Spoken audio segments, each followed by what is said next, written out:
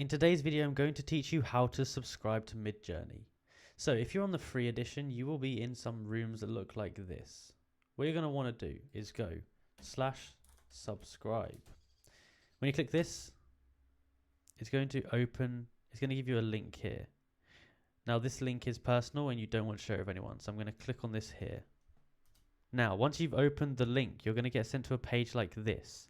Manage subscription. Choose the plan that works for you. So I am on the $10 a month plan, and this gives you limited generations, so you can do 200 a month. You have commercial terms, which means you can use this commercially. Access to the members gallery. You can see what other people are doing. Optional credit top-ups. Now for me, the amount that I buy per month is not enough, so I have to top them up. And you get free tasks at a time. The $30 plan, you get 15-hour fast generations, unlimited relaxed generations.